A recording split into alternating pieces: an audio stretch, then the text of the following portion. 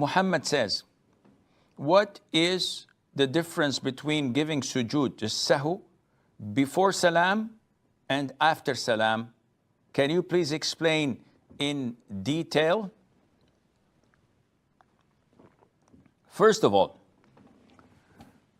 this is the first time someone says, this is the first time I know that you can offer Sujood As-Sahw after Salam. This is new for me. Well, every day we learn something new. The hadith that governs Sujood As-Sahw are many.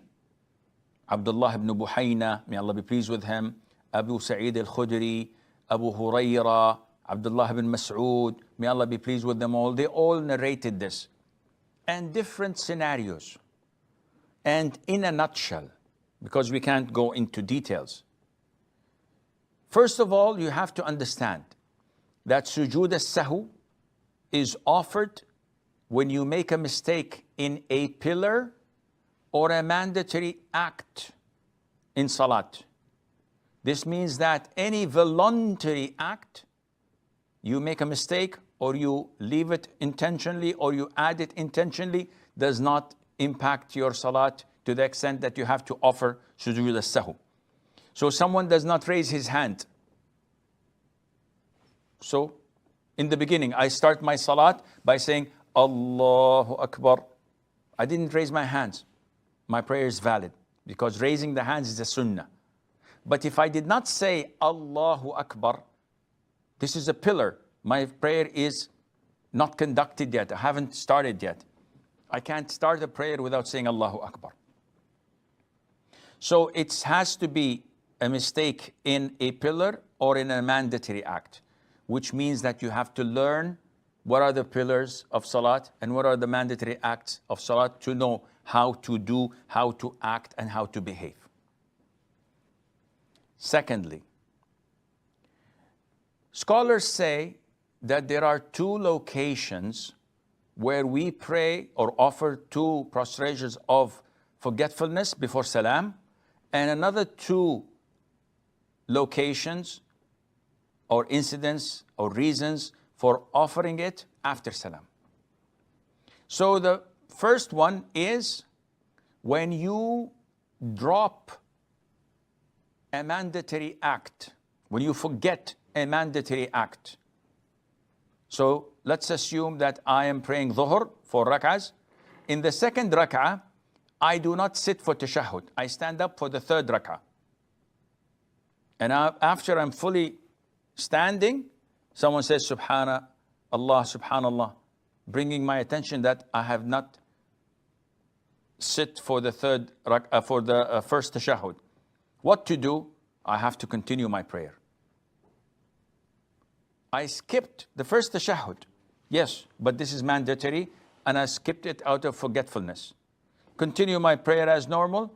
After the salutation, before concluding my prayer, I offer Allahu Akbar to Sujood As-Sahw, saying Subhana Rabbil A'la as normal. And then Assalamu alaikum wa rahmatullah, Assalamu alaikum wa rahmatullah. That's it. Assuming that I'm in ruku'. And instead of saying Subhana Rabbil Azim, I made a mistake and I started saying Subhana Rabbil A'la, Subhana Rabbil A'la, Subhana Rabbil A'la, Sami Allahu liman hamida. And then it came to my mind that, what did I do? I missed saying Subhana Rabbil Azim. I have to offer Sujood As-Sahw before Salam because I've dropped something that is mandatory. Now, if I added something to the Salat, so for example, I stood for the fifth rak'ah and then realized that this is the fifth, I immediately sit down. I cannot complete anything. I have to sit down because this is a void rak'ah. If I added a third sajda, then I remember that this is the third, I stand up immediately or sit down depending on my position. But I had already added something. What should I do? Continue my prayer as usual. After the salutation is over and the dua, I say Assalamu alaikum wa rahmatullah, Assalamu alaikum wa rahmatullah, Allahu Akbar. I offer two prostrations after the Salam. So these are two locations, one before, one after. Capish, inshallah, understood. Now we come to the third case or the third situation. And this is when I am confused. I'm in the middle of the prayer and I'm totally unaware of whether this is the third rak'ah or the fourth rak'ah. So my confusion is in the fourth rak'ah. My confusion is, did I prostrate one prostration or this is my second prostration? So whenever there's a confusion and I'm totally lost, I'm not aware, I don't know. Is it my second rak'ah? Is it my third rak'ah? Is it my fourth rak'ah? I'm not aware. There is doubt. The Prophet said, alayhi salatu wasalam, when some of you prays and he's doubtful whether he prayed 3 or 4, he should base his assumption on what is confirmed. So now I'm doubtful whether I prayed 3 or 4. Where is the doubt? Definitely it's in 4, because 3 I'm certain that I prayed them. My doubt is in the 4th. So the Prophet says, base your assumption on what is confirmed. So I neglect that I have prayed 4 and I consider myself have prayed 3 and continue accordingly. And just before Salam, I offer 2 Sujood of Sahw, then offer Salam. So when there is no balance, no determination whether this or that, it's totally equal, in this case, I base my assumption on the least number. I'm in sujood.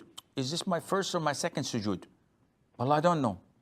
Then I would assume that this is my first sajda, because this is the confirmed. And I get and do the second sajda and also perform Sujood As-Sahw before the Salam. This is case number 3. Case number 4 is the same. When I'm confused, whether I prayed 3 rak'ahs or 4 rak'ahs, whether this was my first sujood or second sujood. But the difference is that I am inclined to one of the two. I'm not totally blinded by confusion, not knowing 3 or 4. No, I'm inclined that, this is most likely the third. Because in the third rak'ah, I usually recite Qul Huwallahu Ahad after Fatiha. And I just remember that I did that. Or I would say, no, most likely this is the 4th, because I did this or I did that, or I heard a sound or I heard an ayah. So you have a reason to be inclined to one of either you added or deleted or omitted. Either this or that. You have a reason to be inclined to either one. In this case, after Salam, you offer 2 Sujood of Sahw.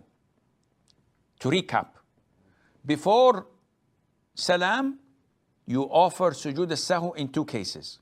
One, either you omitted something from your mandatory acts, to compensate that, you offer 2 Sujood before Salam. Or, you are confused whether you did this or that, and you cannot be inclined to any of them. You base your assumption on the least, the number that is the least, and continue your salat and offer 2 Sujood As-Sahw before Salam. You perform it after Salam when you have added something that is not part of the Salah.